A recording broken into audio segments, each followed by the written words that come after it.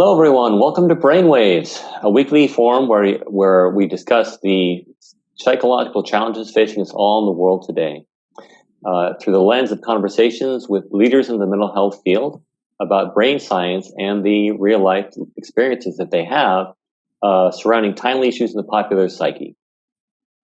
I'm Brandon Staglin. Thank you for joining us today. If you have any questions, feel free to drop them in your Facebook comments window, and we'll do our best to answer them online.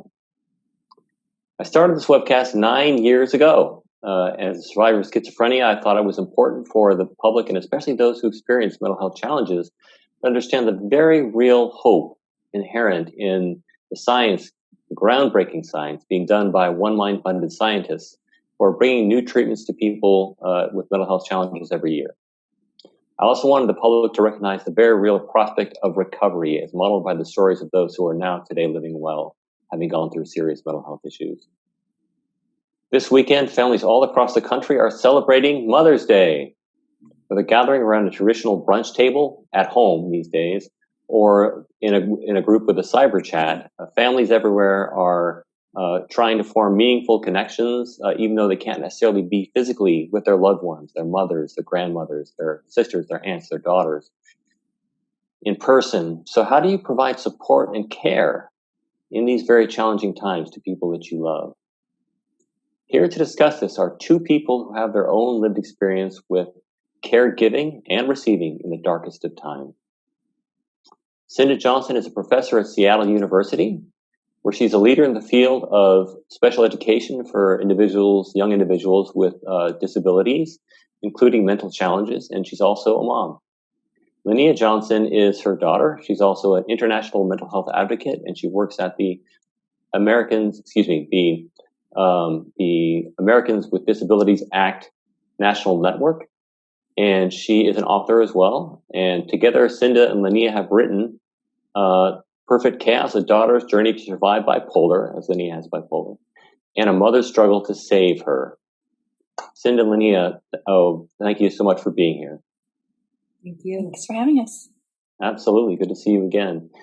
Later in the show, by the way, we're going to have a special song performance by a singer, a friend of mine, vocalist Kellie Fuller, in honor of Mother's Day. So we have that to look forward to at the end of the interview.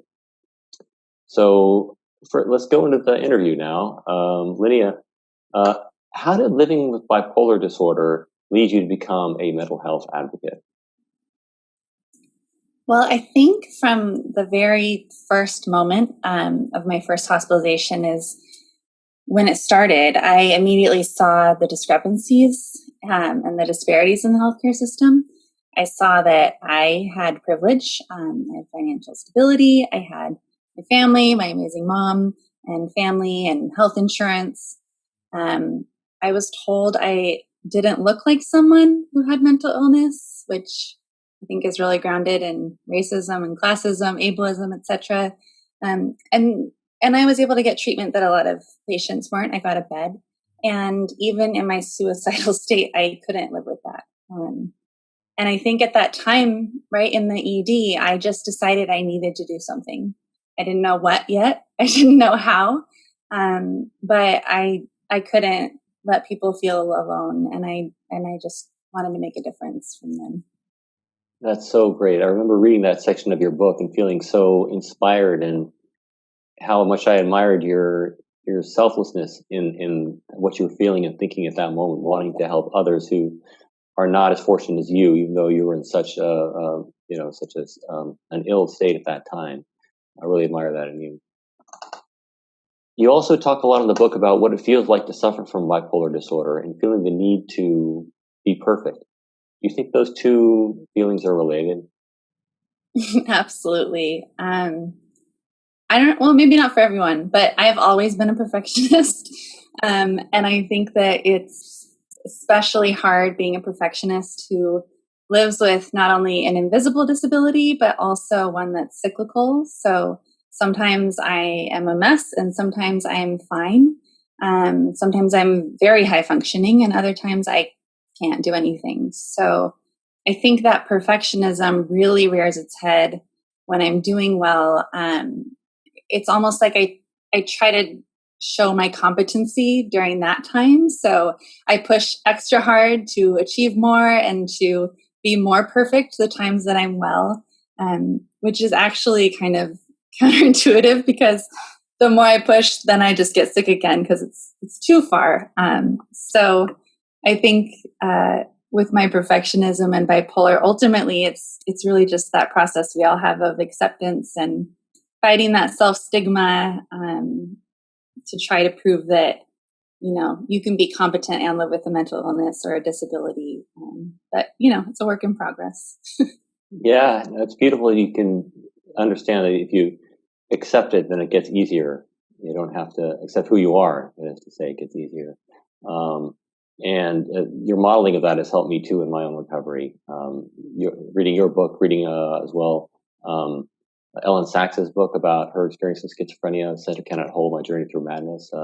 You both talk about acceptance and how, I found like when I accepted that I had schizophrenia, it wouldn't go away. I just have to manage it for probably the rest of my life.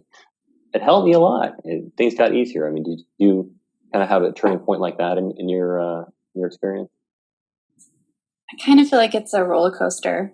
I think and I think that actually as I age, each decade, I kind of feel it differently. I think that I went through this really good acceptance in my 20s, and then I kind of had to deal with it again in my 30s because it was a different beast. So now I'm in this new process of acceptance, I guess.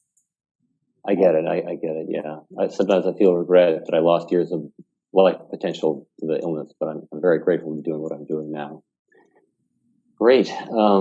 Cinda, you have written that love alone will not save your daughter from serious mental illness and depression and the mania that had plagued her during her time when she was ill. In your book, tell us about what your love for your daughter compelled you to do, and how you fought to get her the care that she needed. First of all, thank you for having us, Brandon. That's a good question. I think what really hit me was that just loving somebody doesn't make it all okay. It is super hard work. And as a professor, I got the opportunity to teach people how to work with kids and adolescents with mood disorders and give them all the good stuff and, kind of be the expert at the front of the room. And man, it is hard work. I realized that it takes a lot of effort to help someone who's really, really sick. And, the same as someone that would have cancer, a loved one. It's really hard. Only the stigma makes it even more difficult. And so I think that first of all, just learning as much as I could and reaching out to the resources that I have and learning how to do this stuff and where to go. And at the same time, as Linea talked about it, in the back of my head the whole time was this thought of, how in the world does somebody do this that doesn't have the flexibility of their work, that doesn't have that's a single mom with kids at home or works, cannot make a phone call between, 8 and 5. It's just so hard. And so besides that, I think finding people that can help you, and it may be that you don't even know anyone when you first start this journey, but reaching out. And I think that's why we still get emails. We still get emails constantly saying, where can I go? What can I do? And then the other thing is persistence. Just being able to hang in there and know that you're going to get the roundabout and you're going to get hung up on and you're going to get in phone trees. You're just going to be so frustrated. And having someone to go back to and help you, like, you can do this, which then goes to the last two things on this, and that is take care of yourself. That you if you're going to try to help anybody else, you really have to take care of yourself, and then ask the hard questions and be prepared for the answers you don't want to hear. It's the reality of dealing with a mental illness is tough, but every time that all of us push that envelope, I think we're expanding services for people that may not be able to get them. Mm-hmm, mm-hmm. Thanks for not only helping Linea, but for your advocacy to help change the care system. That's so important in our society today. And you did, you experienced a lot of pain and struggle, as is evident in your book in this process, and as you just described. I imagine a lot of it was related to just seeing the struggle that your daughter was having at the same time. How did the pain and struggle of that enormous battle change your relationship with Linea? I think it not only changed the relationship between the two of us, but with our whole family. I mean, I think you do have a few choices. And one is that you can keep it buried. But the other is it strips away all the pretenses, and you step into honesty, and you step into a stronger relationship that you wouldn't have had without it. I mean, there's a lot of things that maybe families and, stuff that you don't want to talk about, or things that are easier just to push in the corner. But it gave us an opportunity to really pull up some issues and to figure out our relationship.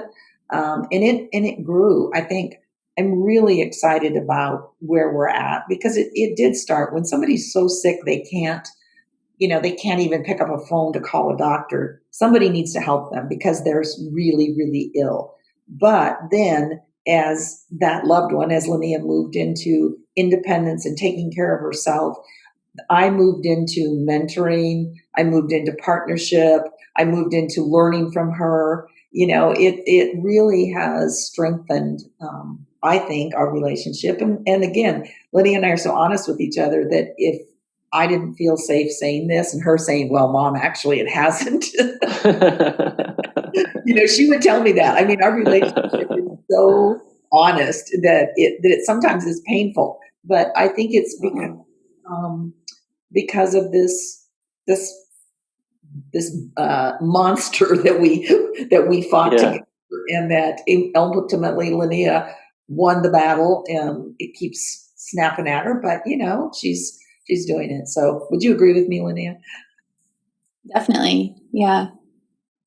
That's great to hear you agree, and I think painful experiences like that can really, like in my family with my schizophrenia, it brought us closer in that there's this beautiful moment in my memory when I was really sick and feeling really depressed, and like I was at the end of my rope, and my dad saw me how down I was, and he just said to me, "There's a lot of love coming from here, Brandon." And that was the most like deep thing about love I'd heard him say to me that I can remember. And at that time, I couldn't feel it, but I wanted to feel it. It reached me. I wanted to feel that love back. And so ever since then, his and my mom's and my whole family's support has been just an inspiration to me to keep on fighting to stay well and to get well. So it's great you have that a similar bond built. Linea, how did writing together about your journey change or strengthen your relationship? First, I have to say thank you for sharing that memory. It's making me all like emotional. I very much, that there's so much love that has come to me. I feel really, really blessed with that. But as for writing, it's very similar to what my mom was saying. I think not only just having a mental illness, but when you write a memoir about your mental illness together, there's really not a lot that you can hide anymore. So it just really opened the doors for this whole new vulnerability. We already had to be really vulnerable when I was at my sickest, but it was kind of this next level. I've always really been close to my family. But as we discussed, I'm a perfectionist, and it's hard to show your messy side even to your closest ones. And as I'm sure you know, my mom is very accomplished and amazing and driven. And I think that much of my life, and still sometimes, I see her as perfect. But writing the book, we were able to really show like our deepest fears and insecurities and flaws, and put them all out there, and just look at them together and find that like strength and pride in them together. And I mean, when your mom finds out you're self-medicating with cocaine when you never drank in high school. I mean, there's a whole new world of honesty. So I think it was kind of next level vulnerability after what we'd lived through. That's amazing to hear about that. You really got to know each other as the individuals you are, and not just as necessarily as the mother figure that you maybe had preconceived her to be in your mind, and maybe vice versa too. I think that's really beautiful. Cinda, what do you have to say to other mothers who might be feeling overwhelmed at the enormity of the struggle that they face and the challenge of what it takes to help their child survive in situations like this? I would encourage them to reach out for help wherever they can find it, and to not let stigma and embarrassment and fear of judgment get in the way, and to find who your team is. It might be a support group, it might be a therapist, it might be a friend or a family member, but somebody that can help prop you up when you feel like you just can't do it anymore. And we could write another book with hundreds and hundreds and hundreds of stories of people who come up to us after we speak or read the book and tell us, I've never told anybody, but we're struggling with this. Do you know where we can go? And it's really sad to me that there's still so many people, so many moms and family members that are just don't know where to turn, and they're doing their best, but it's wearing them out. And I think it has to do with that, with the stigma and the judgment around, were you a good enough mom? Is this your fault? Did you do something wrong? Are other people going to judge you or whatever? But there are support groups out there that are free. There's online support groups. Just the courage to be able to say, I'm really struggling, I need help. And for like people who are struggling with a mental illness, as Linea did, to be able to say, I need help. So do that circle of people who care and love that person to strengthen. Can I add a comment? Yes, please.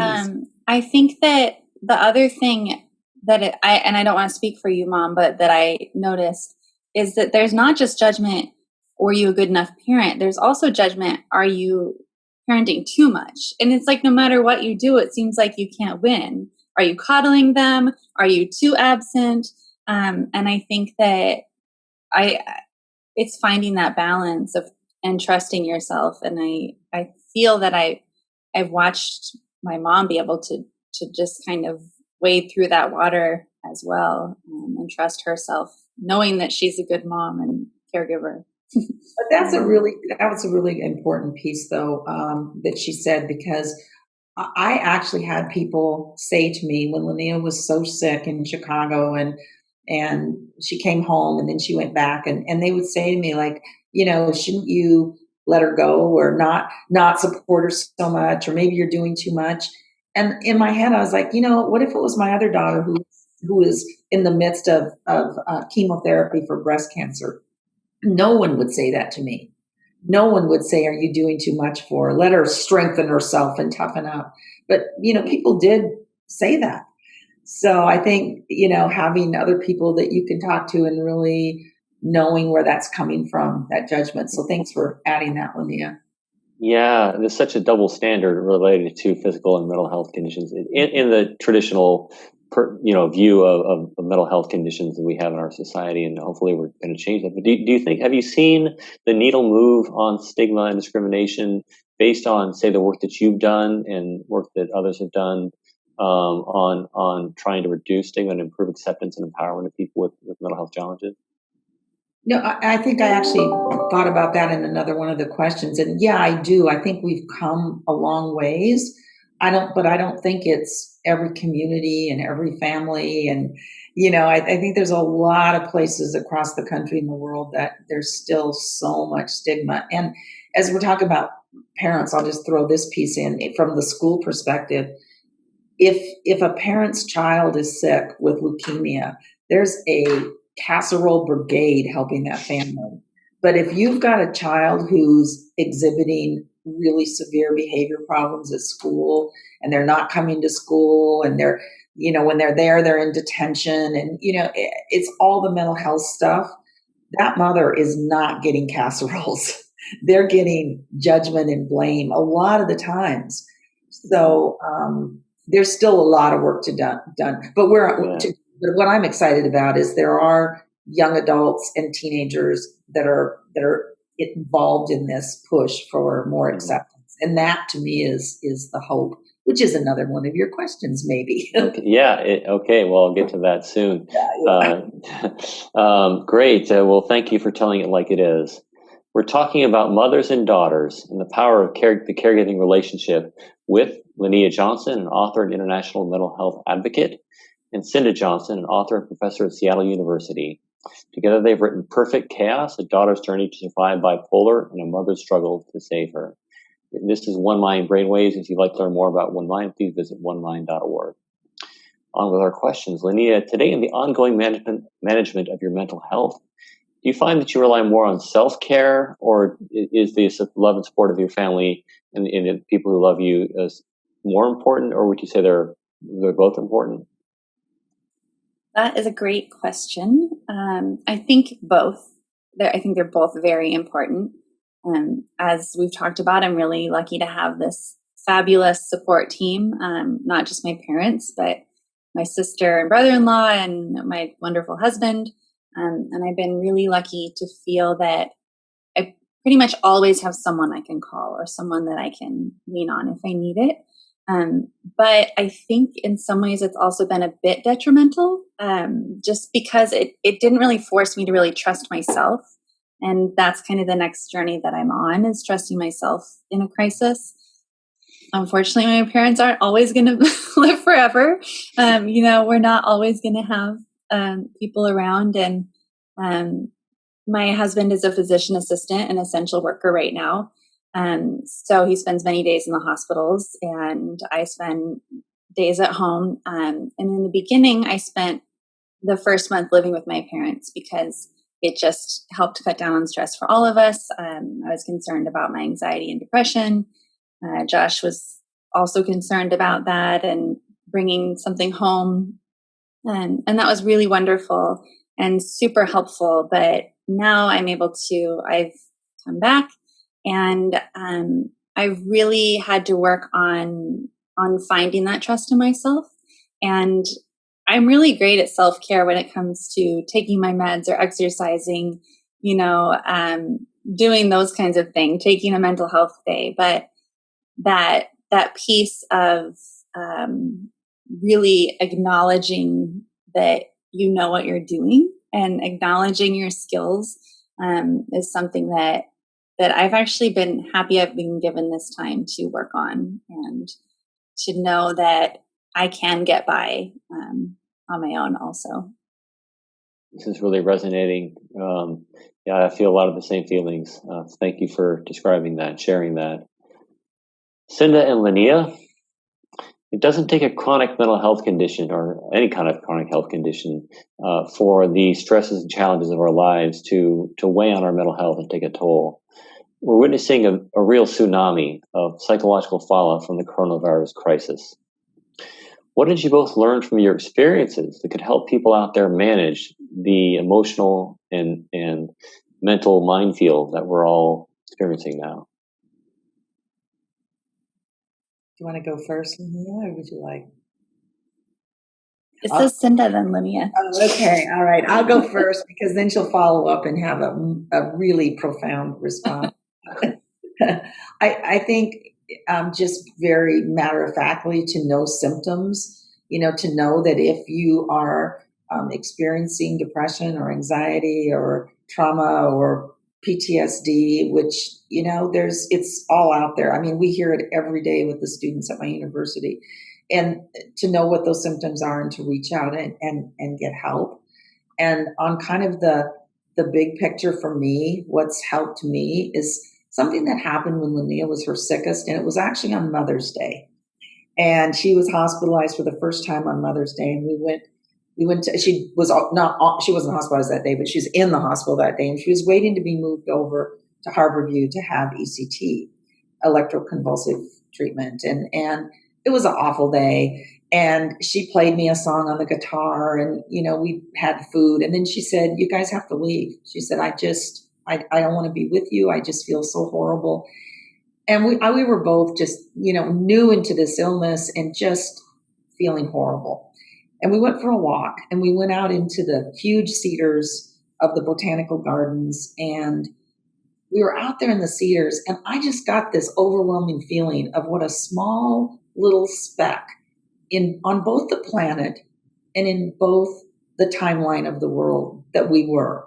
And it was a really comforting feeling. It was sort of like the big picture, like, we're going to get through this. It was really powerful. And then on top of it, there's the small picture. And my mom says this so well. Sometimes days are so horrible that you literally don't go day to day, hour to hour. You go minute to minute. It's like, if I can get through this minute, if I can get through this minute. And so for me, it's remembering both that big picture and then that tiny, just one foot in front of the other. And I think that's kind of where we're at with this global pandemic. We just don't know what's going to happen. And it raises so many fearful thoughts that we have to kind of back up and look at it in perspective. That's beautiful. Thanks for sharing that. Great to have that perspective on the macro and the micro scale instead of just the right in front of the scale, and that helps us to see it in a new way. Thank you, Linea. What are your thoughts? I should have gone first because she did take the words out of my mouth. I definitely think of my grandma and that taking things 1 minute at a time, and sometimes it's even a second at a time, right? It's just like, for me, it's okay, well, let's get through lunch. And we'll just focus on lunch, and then we'll get through maybe an hour of work and just focus on that. And then another thing that I've just done throughout my life living with depression, but I think is really helpful now, is it's really important to celebrate each little accomplishment, whatever you're able to do, like eating lunch. And I'm in that mindset right now of celebrating each accomplishment and then doing the little things to treat yourself if you can, whatever that might look like.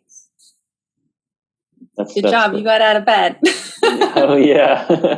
That's great to remember. I gotta remember to do that too. I played my guitar this weekend, and that was a celebration of what I've done over the past week. And it felt good after I did that. So great to remember that. Thank you. And Linea, you've written frequently about mental health and wellness in the workplace. What can companies do to foster a culture of support for the mental well-being of their employees? So, I think that one of the biggest things that I always talk about and believe, whether it's coronavirus or not, is that companies really need to lead by example. And I really, really believe that leadership has a responsibility, especially in times like this, to be good examples for their employees of what self-care looks like, and of what health looks like. So, for example, I'm going to embarrass my boss and talk about how in this very busy and stressful time, scary time, my supervisor has tons and tons on his plate always, but he actually forced himself to still take this vacation that he had planned months and months ago. And there was nowhere he could go, but he decided to do that instead of do what all of us want to do, which is overwork in this office of workaholics and perfectionists. And through that, he really demonstrated the importance of self-care and taking care of his own mental health as someone in a leadership position. And I just really look up to that. And it made me feel like it's safe for me to take a mental health day or anyone like that.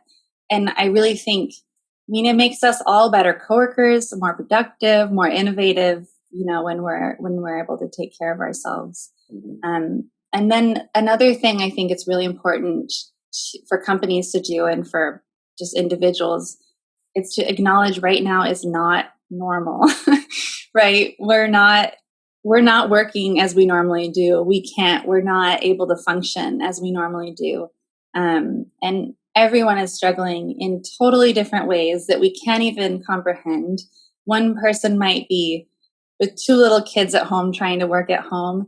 Another might be an essential worker in a scary environment, or even just someone who has never worked at home before and doesn't know how to stay focused. And that's really hard too.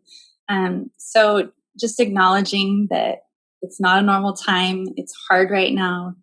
And then the last thing, I'll talk about my work again, but our team has added a new task to our staff meeting, which is a moment of joy. So we have to, in our staff meeting, the beginning, I'll talk about some moment of joy. And it can be something silly like your dog or anything, but I really love that. I do too. That's so beautiful. The moment of joy. I'm taking notes in my mind here, for leading my team at One Mind. This is great. What did you share as your moment of joy at the last meeting? Yeah.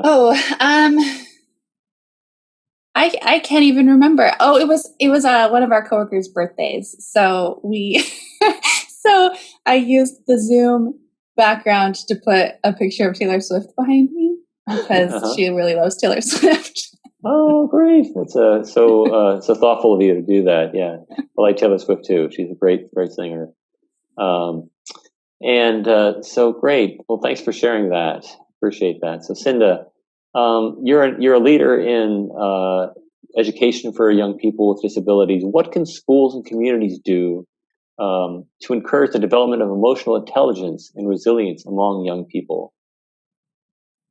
As we talked a little bit about it earlier, I think that there is more and more happening in schools, and people are more willing and open to talk about mental health and resiliency. But I think that what they can do, and they're already doing this, but I wish it was in every school, is really have those student leaders and those young voices at the table and have those young people lead the charge and in their own communities bring forth their speakers and young people that can share their stories and share stories of stability and recovery. I mean, you think about Brandon and Linea and all the lives that you've changed and affected by being open with your story and also by giving hope to people. I think that would be a big one to have in schools. Some people think of emotional intelligence as kind of an add-on, where I think the research now is supporting, I don't think I know, the research is supporting that it's not. It's really critical to all the other skills that we want people to do. So it's good role models, and where are the young voices at the table, because they've changed things like the anti-bullying stigma. I mean, that was young people that did that. So I'm excited about what's going to happen and what's going to happen in 10 years from now and how this conversation looks. Yeah, it does sound exciting. Have you worked with young people in a capacity like that in the work that you do?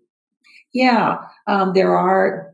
I have to say there's not as many as you would think out there, but there are people. Every time we do conferences or we bring student voices in, I'm always raising the hand to say, let's find someone who has psychiatric illness or emotional issue, whatever, that they can share as well. Because a lot of times people don't see that as a disability. I think that it's like, oh, let's bring someone in that has an obvious physical disability, versus when we've had speakers that have talked about, their depression and their anxiety and their OCD. It's been absolutely powerful. You can't hear a pin drop because people are so taken by that. So yeah, it's and again, I have to go back to what people tell Linea all the time. They always say to her, "You're so brave."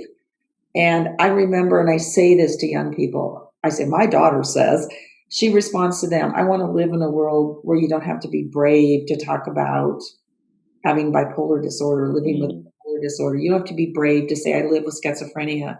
That we can push that envelope out. That's an amazing goal to shoot for, and we should do that. Thank you. Let's do that together. Yeah, you've done a lot of it. Thank you. I'll keep on keeping on. And how do you manage to show compassion and provide care during physical isolation, Cinda? So I think that connections, like figuring out how to make those connections. My daughters probably don't realize this, but I text both of them every day just to check in, see how they're doing. I make phone calls, I make Zoom meetings, I send little gifts, little things back and forth. And again, I think it to create that compassion and provide care during this physical isolation, you really have to know what's going on. And there's been times where, I've kind of gone to bed thinking, I wonder if everything is okay. So tomorrow I'm going to actually ask, is everything okay? And it's like, no, I had a really crappy day. So again, it's the honesty, and keeping that going, whether it's through electronics or technology or whatever. Yeah. Still there. I look forward to the day that we can, get together and eat together and hug each other and all of those things. Me too. Virtual hug right now. Virtual hug. So to sum up, Linea and then Cinda, what are the key takeaway points you'd like viewers to remember about the power of caregiving surrounding mental health conditions? It's a really hard question that we actually have been talking back and forth about this last couple of days. I think just we're all in this together, and caregiving might not look like what we think it is necessarily. It can be as intense as a FaceTime I had with my husband while I was literally having a panic attack, or as community minded as a teddy bear in a window. And I think it's important to know that like little things can often go a long way. It's like my dad putting flowers in my room when I was missing Josh, or my mom working out with me when we were both just too tired and not wanting to do anything but lay around and eat chips. It's important to remember that we can be our own caregivers too, and to trust that power in ourselves. And we're all so much stronger than we realize, whether we're caregiving for someone else or for ourselves. We just have to remember that strength within us. That's incredible to hear, and so powerful. Cinda, what about you? What are your key takeaway points?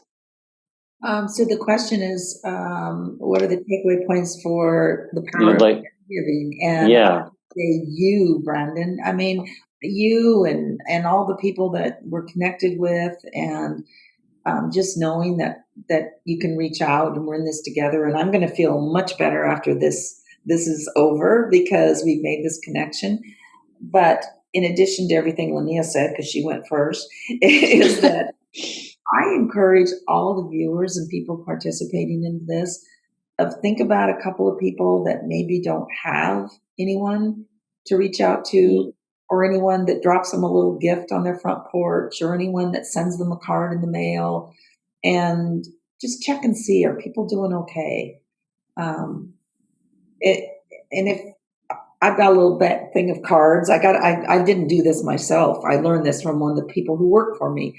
I got a card in the mail last week from her, and it was just saying, thanks for hanging in there and being with us, and I appreciate you. And it was a handwritten card from somebody I talk to 10 times a week. And so I brought out a pack of cards and I'm sending them to people like that. Like, just how fun to get just a card in the mail. Make a phone call to an aging relative that you maybe haven't talked to in a long time. See how it's doing. It makes such a difference. It's so worthwhile. Yeah. Great tips. Thank you.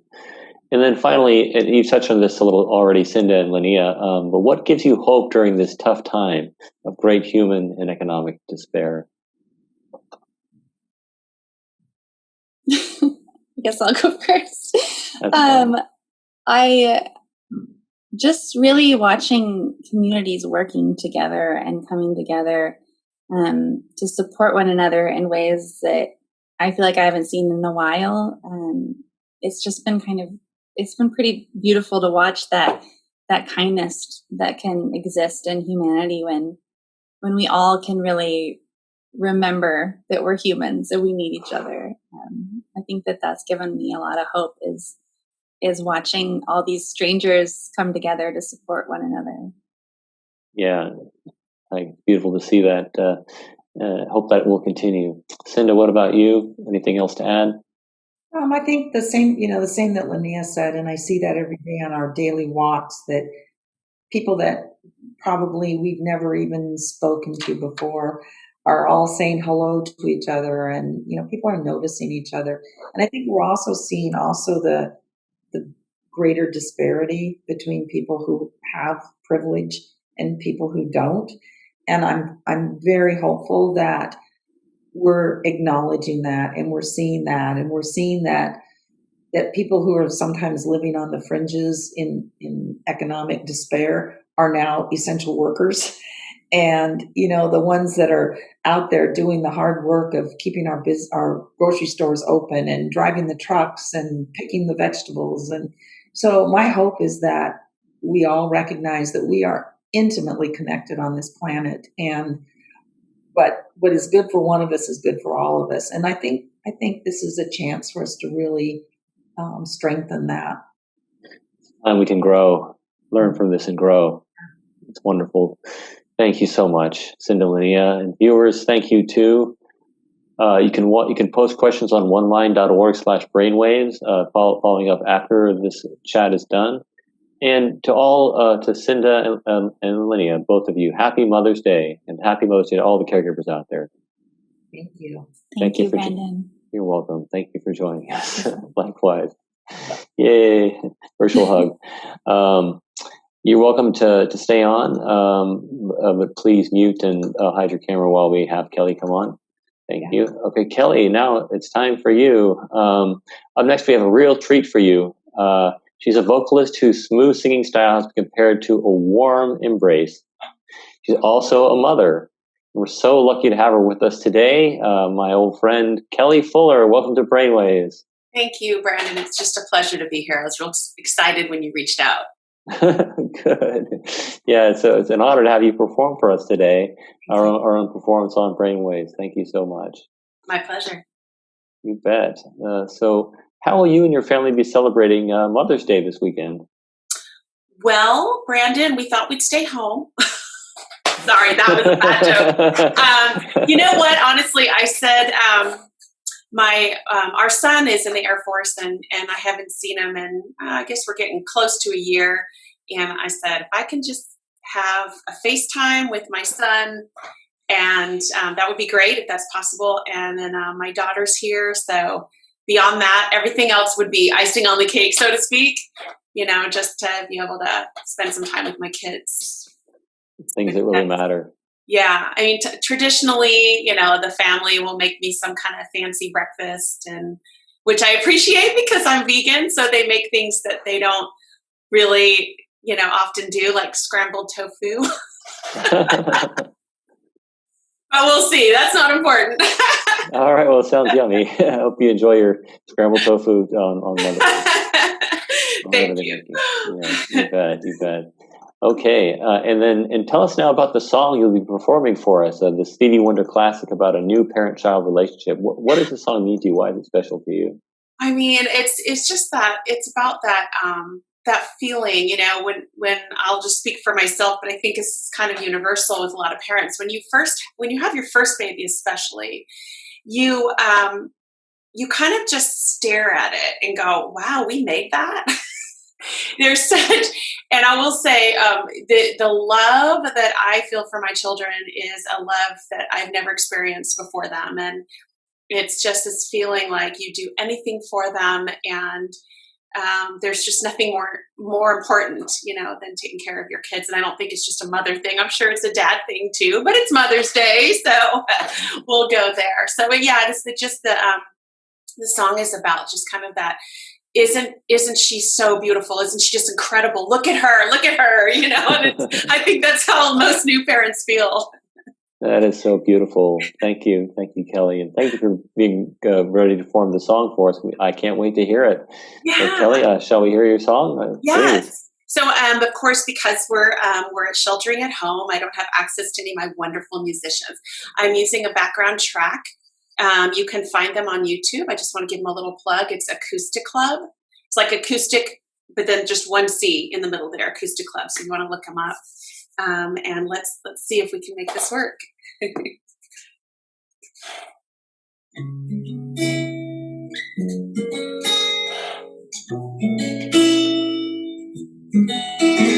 Should have had you play guitar. Next time. Isn't she lovely? Isn't she wonderful? Isn't she precious? Less than 1 minute old. I never thought through love we'd be making one as lovely as she. But isn't she lovely? Made from love. Isn't she pretty? Truly the angel's best. Oh, I'm so happy we have been heaven blessed. I can't believe what God has done. Through us, He's given life to one so very lovely, made from love.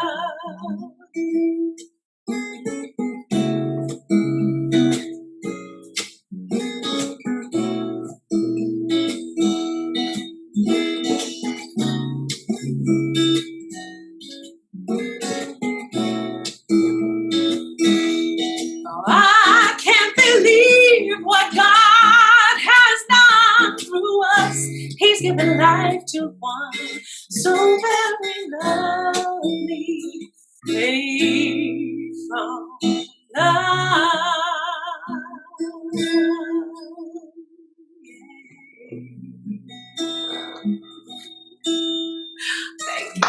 Thank you, Kellie. So beautiful. God, I was transported by that. Yeah, I felt like elevated. That was just so amazing. Okay. Thank you so much. And your voice is so strong and deep and resonant and meaningful. So thank you very much. Thank you, Brandon. Really Thank you for all my you day. do. Oh, Much appreciated. You're welcome. My pleasure. Yeah, it means a lot for me to do this work. And yeah, so thank you, Kellie. What a performance. And viewers, thank you too. I want to let you know that there will be a major celebrity star-studded music and mental health event coming soon from One Mind and another major mental health organization online on major platforms across the online space. And we will keep an eye out for that. We'll tell you more about that as over the next week or so. And so keep an eye out for that. Stay tuned for next week's Brainwaves about youth mental health during the coronavirus crisis. We have some amazing guests for you, and we'll look forward to that. Thanks, everybody, for watching, and please have a wonderful Mother's Day.